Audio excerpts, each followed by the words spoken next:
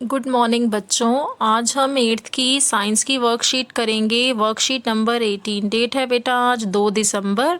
विद्यार्थी का नाम यहाँ आप अपना नाम लिखेंगे। कक्षा अध्यापक का नाम यहाँ आप अपनी क्लास टीचर का नाम लिखेंगे। धातु व अधातु। अब हम धातुओं व अधातुओं के उपयोग के बारे में चर्चा करेंगे। जो बेटा हमने पिछली वर्कशीट करी थी उसमें हमने धातुओं और अधातुओं के भौतिक गुणों व रासायनिक गुणों के बारे में पढ़ा था। आज हम धातुओं और अधातुओं के उपयोग के बारे में पढ़ेंगे। धातुओं का उपयोग। धातु चमकदार होती है इसलिए इसका उपयोग आभूषण बनाने में किया जाता है, जैसे चांदी और सोना। धातुएं क्या होती हैं बेटा? चमकदार होती हैं, चमकती हुई होती हैं। इसी गुण के कारण धातुओं का उपयोग गहने बनाने में होता है। आभूषण यानी गहने, जैसे चांदी है, सोना है, इसके गहने आपने देखे होंगे। तो चांदी और सोने क्या है? ये धातुएं हैं और इन धातुओं का उपयोग आभूषण बनाने में होता है। आपका दूसरा पॉइंट है धातुओं का उपयोग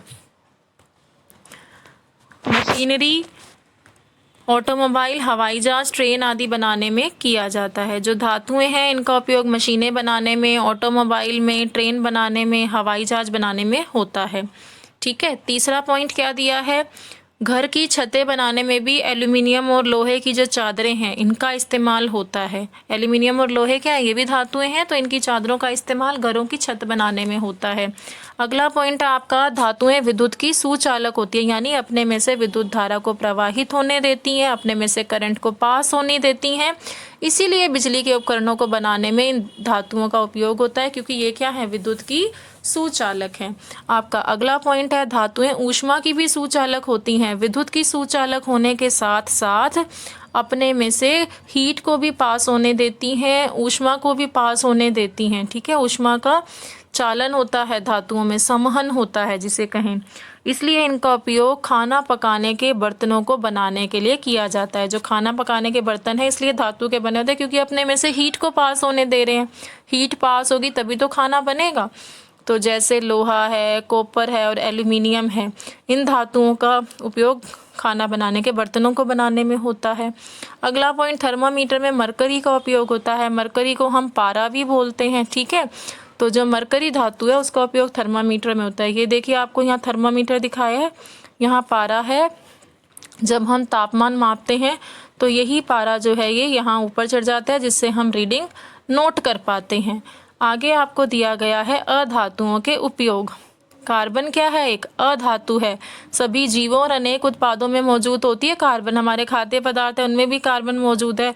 तो कार्बन यूं कहें तो हमारे जीवन की क्या है? एक रीढ़ की हड्डी बोलेंगे इसको हम। ठीक है। सभी जीवों में, अनेक उत्पादों में ये होती है। इसका उपयोग पेंसिल में, कोयला, बैटरी आदि में किया जाता है। अगला पॉइंट, फास्फोरस अधातु। ये सारी अब अधातुएं हैं। पहले हमने पहली अधातु पढ़ी कार्बन, दूसरी फास्फोरस इसमें है। फास्फोरस का उपयोग माचिस बनाने में, पटाखे बनाने में, जर्मीसाइड में विस्फोटकों को बनाने में होता है। माचिस है, पटाखे हैं, विस्फोटक है, ये फास्फोरस से बनते हैं। फिर सल्फर का उपयोग दवा बनाने में। जो सल्फर अधातु है दवा, बारूद, एसिड को बनाने में। एसिड जैसे H2SO3 है। ठीक है। सल्फर का उपयोग हो रहा है एसिड बनाने में। और H2SO4 ये एसिड बनाने में हुआ है सल्फर का उपयोग। फिर नाइट्रोजन, इसका उपयोग उर्वरक बनाने में, कीटनाशक बनाने में। आगे आपको दिया गया बेटा आयोडीन। जो आयोडीन अधातु है इसका उपयोग एंटीसेप्टिक दवाओं को बनाने में। यहाँ आपको बीटाडीन दिखाई हुई है, ये एक एंटीसेप्टिक मरहम होती है। ठीक है। तो आयोडीन का उपयोग हो रहा है एंटीसेप्टिक दवाओं को बनाने में। जब कहीं चोट लग जाती है तो उस घाव पर ये लगाया जाता है। औषधि के उद्देश्य से आयोडीन अधातु का उपयोग होता है। फिर ऑक्सीजन किस लिए जरूरी है? सांस लेने के लिए जरूरी है, जानते हैं हम। और ईंधन को जलाने या दहन के लिए ये जरूरी है। ठीक है। अगला है क्लोरीन। क्लोरीन किस लिए जरूरी है? जल शोधन परिक्रिया। जल शोधन परिक्रिया यानी कि जल को साफ रखने के लिए क्लोरीन का यूज होता है। साफ किया जाता है जल को क्लोरीन के यूज से, और जल को रोगाणु मुक्त बनाया जाता है। ठीक है। क्लोरीन से, जिसे बोलते हैं हम जल शोधन परिक्रिया। अब हम इस वर्कशीट के प्रश्न उत्तर देख लेते हैं। हमारा आपका पहला प्रश्न है बेटा, किन्हीं 4 धातुओं और अधातुओं के नाम तथा इनके उपयोग लिखिए। ठीक है। पहले के आंसर में आप ये लिखेंगे धातुओं के ये जो 4 उपयोग दिए गए हैं। लोहे का उपयोग होता है हवाई जहाज, रेल के डिब्बे, रेल की पटरियां बनाने में, पहला पॉइंट दिया। दूसरा, एल्यूमिनियम और कॉपर का उपयोग बिजली के तार बनाने में, क्योंकि ये विद्युत के सुचालक हैं। तीसरा पॉइंट, एल्यूमिनियम और कॉपर का उपयोग खाना बनाने के बर्तन में, ये ऊष्मा के सुचालक है। चौथा पॉइंट, चमकीले होने के कारण सोने और चांदी का उपयोग गहने बनाने में होता है। ठीक है, धातुओं के उपयोग में तो आप ये 4 पॉइंट लिख दो पहले के आंसर में। अब पहले के ही आंसर में हमें अधातुओं के उपयोग भी लिखने हैं। ये आप अधातुओं के उपयोग में लिख देंगे। पहला पॉइंट है, अधातु जीवन के लिए आवश्यक तत्व है। ऑक्सीजन जो कि एक अधातु है, इसको जीव श्वास के द्वारा लेते हैं और ऑक्सीजन के बिना जीव जंतु जीवित नहीं रह सकते। दूसरा पॉइंट, नाइट्रोजन का उपयोग खाद बनाने में होता है। खाद का उपयोग खेतों की उर्वरा शक्ति बढ़ाने में। तीसरा पॉइंट, आयोडीन जो कि एक अधातु है, इसके घोल का उपयोग एंटीबायोटिक के रूप में होता है। चौथा पॉइंट, फास्फोरस का उपयोग पटाखे बनाने और दिया सलाई बनाने में किया जाता है। ये आप अधातुओं के उपयोग में लिख देंगे। आपका दूसरा प्रश्न है, खाना पकाने के बर्तन धातुओं के क्यों बने होते हैं?